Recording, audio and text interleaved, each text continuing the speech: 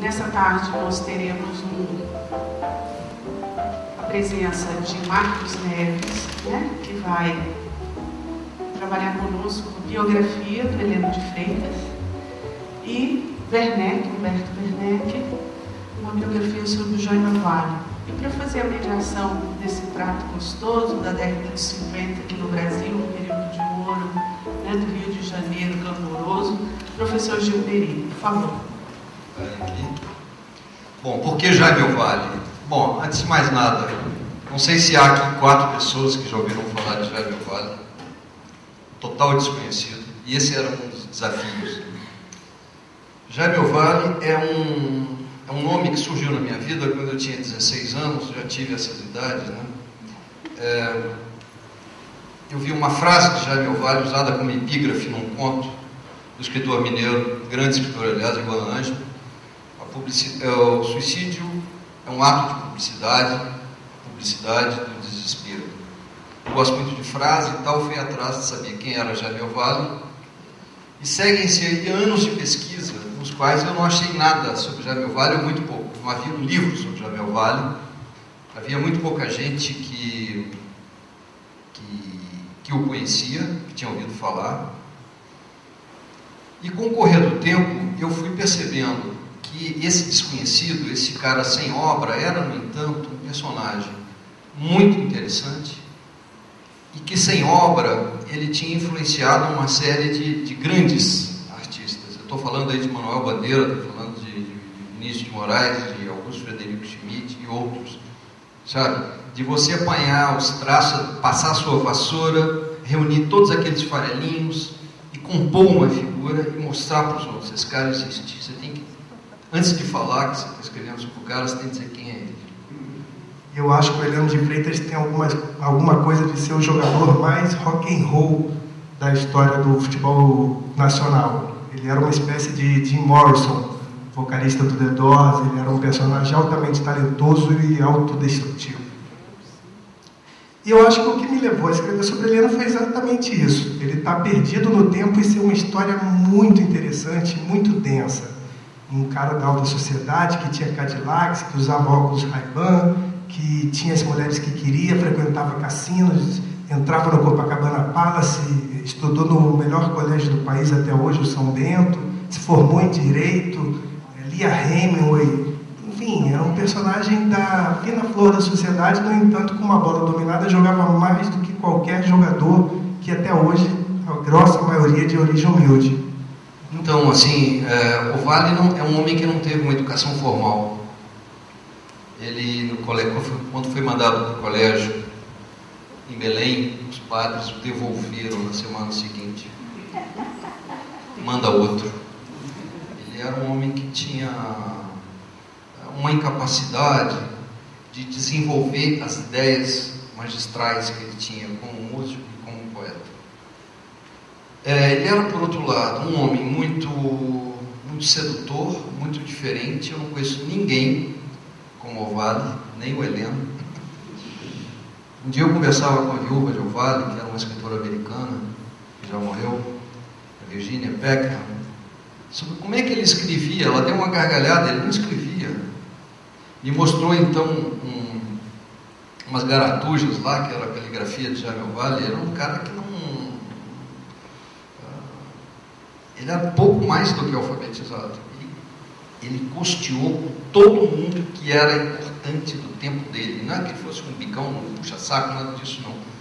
Das relações de Vale, seja da política, seja do esporte, com o Schmidt, né, com todos os grandes artistas brasileiros, escritores, poetas. O Vale teve uma relação com essa gente. E foi importante para todos.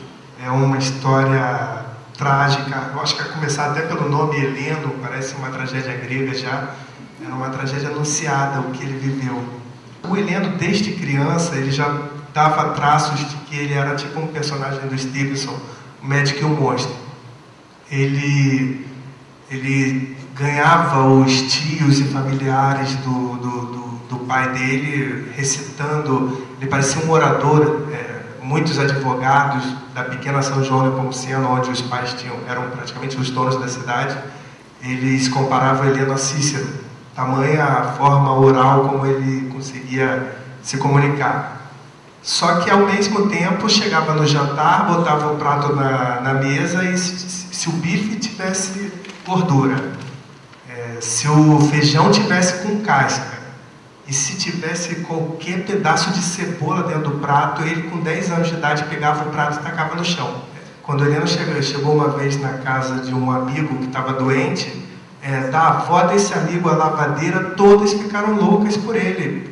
A forma como ele abria a porta, a forma como ele olhava para elas, enfim. Então o Heleno, ele transitava entre o gentle e o insuportável.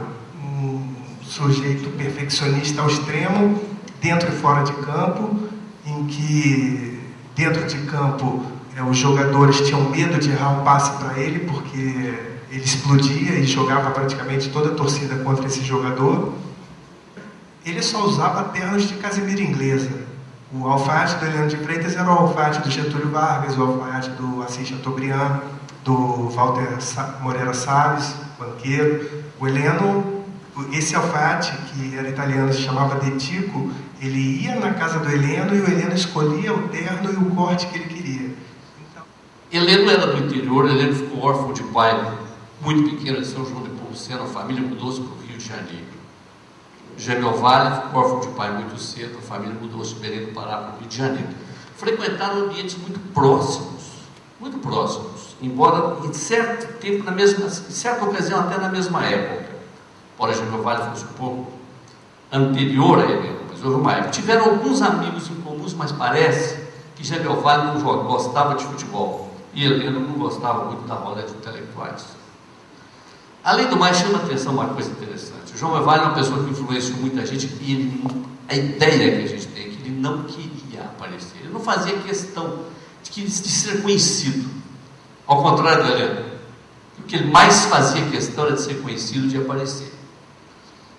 O Gêmeo Vale não deixou nada escrito, como disse o Werneck, mas deixou muitas histórias. Existem muitas histórias ligadas a Gêmeo Vale. Você podia contar para a gente algumas delas? É o que não falta. Em Nova York, onde ele foi morar também por 4 anos, nos anos 40, todo dia, terminado o expediente, o Vale descia, Fernando descia do seu prédio também, lá embaixo, ele dava um dinheiro ao Fernando para ir ali na liquor store comprar uma garrafa de uísque, ele não ia. Um dia o Fernando não apareceu e ele foi ali, comprou a garrafa e mais à tarde, mais para o fim da noite, encontrou com o Fernando. Falou: pô, Fernando, você me bota numa situação complicada, você não apareceu hoje, eu tive que comprar meu uísque sozinho, fui naquele lugar horrível. Mas por que horrível? Não, eles tratam a gente mal, eles gritam, eles dão um tiro. No dia seguinte, o Fernando pega o jornal, está lá, assalto ao drugstore. O Vale estava lá dentro comprando a sua garrafa de uísque, entraram assaltantes, teve um tiroteio, mataram uma pessoa lá dentro, e o Vale lá impassível, né? E saiu no jornal, que é a um canto, tudo observável, impassível, um old gentleman, com um monóculo, já viu? E de repente, quando o Sacha parava, interrompia o repertório dele, começava a tocar My Foolish Heart. Vai tocar. O Paulinho. Pois é, estava tocando as músicas normais. Quando começasse essa música, era um sinal para todos de que o Heleno de Freitas estava acabando de entrar no recinto. E aí, aquele burburinho todo, os maridos ficavam segurando para ver se a mulher ia olhar. E o Heleno chegava lá com seu terno impecável, gomarina no cabelo, relógio Cartier, olhando para as mesas, enfim. E era impressionante. Ele parava sempre que o Heleno chegava, ele tinha que fazer isso, porque era uma pessoa, era o sol. O Heleno era o sol que estava entrando ali, que acabou morrendo no eclipse.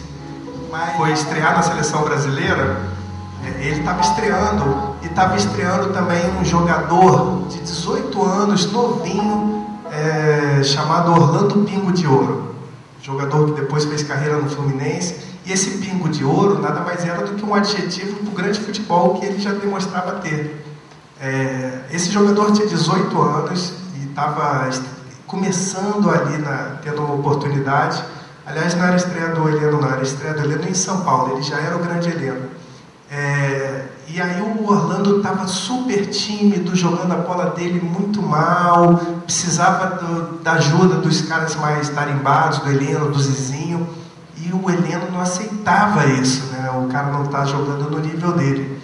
Chegou no vestiário, o Orlando olhou assim para o Heleno, né, com aquela cara de cachorrinho pedindo desculpa, né, porque não conseguiu servir o Heleno como ele queria.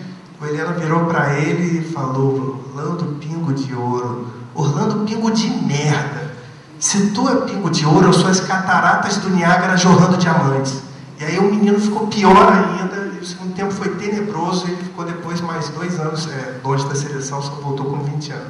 Então o Heleno era assim, ele destratava as pessoas, o grau de exigência dele era muito alto, teve muito poucos amigos. Esse pessoal mesmo do Clube dos Cafajestes que eu enumerei, quando o Heleno ficou doente, o pessoal via ele andando todo moribundo pelo calçadão da praia de Copacabana, e eles atravessavam a rua, faziam um outro, porque o Heleno ficou aquele sujeito depressivo, aquele sujeito que mal conseguia se sustentar em pé. Em Buenos Aires, quando o Heleno foi estrear no Boca Juniors, entrou o time inteiro perfilado com seu uniforme do Boca, que é a camisa azul com uma tarja amarela, e aí o Heleno entrou de sobretudo. E aí o técnico falou: mas o que tá vendo, Heleno? Ué, tá frio pra cacete, cara, eu vou jogar de sobretudo. E aí, quer dizer, tava mostrando que o cara não tava bem, né? Tava na cara que não tava bem. E talvez a grande prova disso, e talvez a maior história, que é a história que eu abro o livro, é a história de 28 de setembro de 1947, quando o Fluminense e Botafogo estão jogando nos estádios das Laranjeiras. E o Fluminense é um clube aristocrático, onde os negros não podiam jogar, tinham que botar pó de arroz para ficarem brancos e assim poderem driblar, né, a torcida que não aceitava negros no clube. Nesse dia, com uma arquibancada completamente aristocrática, várias moças de família e tudo, tinha um amigo, o Máriozinho de Oliveira, um cara que tinha coleção de Cadillacs, ele estava lá, ele torcia para o Fluminense, estava na arquibancada, e nessa época estava estreando nos cinemas o filme Gilda, com a Rita Hayworth, em que a Rita Hayworth, mulher lindíssima, nada mais era do que uma personagem de uma mulher bonita, glamourosa e temperamental, atributos que se encaixavam perfeitamente com a personalidade do Heleno. Então esse amigo do Heleno, dos Cafajestes, no momento que o Heleno errou um gol, uma coisa assim, ele gritou de lá: Gilda! E aí era tipo um bicho, alguma coisa assim para ele, só que a torcida do Fluminense gostou, linkou com o filme que estava em exibição, fazendo muito sucesso, e todo mundo começou, 20 mil pessoas, a gritar: Gilda, Gilda, Gilda, Gilda. E naquela personalidade atormentada, o Heleno perdeu o senso, saiu de si, virou para a torcida que estava gritando, baixou o calção, mostrando a genitália. A relação de Ovalle com as mulheres era muito curiosa. Durante um tempo ele morou numa rua no centro do Rio de Janeiro, ali na Lapa, que era uma rua totalmente de prostituição. Então você tinha puteiros de alto a baixo e no meio a casa do Ovalle, onde de madrugada ele ficava ali tocando harmônio, que eram aquelas músicas assim, tocando no harmônio dele umas músicas em geral um pouco tristes, e as mulheres iam muito à casa dele. Ele chamava essas mulheres de irmãzinhas. Não necessariamente transava com elas, elas iam lá se aconselhar, ela acolhia, elas falavam das suas mágoas, choravam as mágoas, e tudo, e o Ovalle muito acolhedor. Um dia ele foi visitado ali pela dona, por uma francesa, existia essa entidade da francesa que era dona de cabarés. Luiz, cabaré. Isso. E uma tal de Nini, que era vizinha de parede assim do Ovalle. Foi lá: Senhor, toca música muito triste, Senhor, espanta freguês meu, parra, não toca mais. Bom figura. Mas ele deixou um legado, deixou uma obra relativamente curta, porque ele foi um meteoro que passou pelo Rio de Janeiro. Ele morreu com 39 anos, 34 foi internado, 31 ele parou de jogar. Então eu pude ir para a Biblioteca Nacional e ir jornal por jornal, dia após dia, de 1900 1939 até 1951. Então foram 12 anos vendo 2, 3 jornais da época, todos os dias, porque o Heleno era expulso até dos treinamentos, porque erravam os passes para ele mandava todo mundo a merda. Então, assim, o Heleno tinha sempre alguma notícia para contar, seja no jogo, seja no treinamento, ou numa coluna social, seja pelo que ele fez na boate, ou por quem ele levou para o Copacabana Palace, enfim. Então, por 12 anos eu tive muita informação, e de repente chegava uma véspera de um clássico, Flamengo e Botafogo, e traçava um perfil de 2 páginas sobre o Heleno, contando a infância do Heleno. Então, eu tive como buscar dados e buscar um eixo assim para eu poder. Eu digo que fazer biografia é como se fosse pintar um quadro. Primeiro você faz um esboço de lápis, depois você começa a já botar tinta e depois a colorir. Então eu pude fazer esse esboço inicial, esse rascunho, através das pesquisas de jornais, revistas.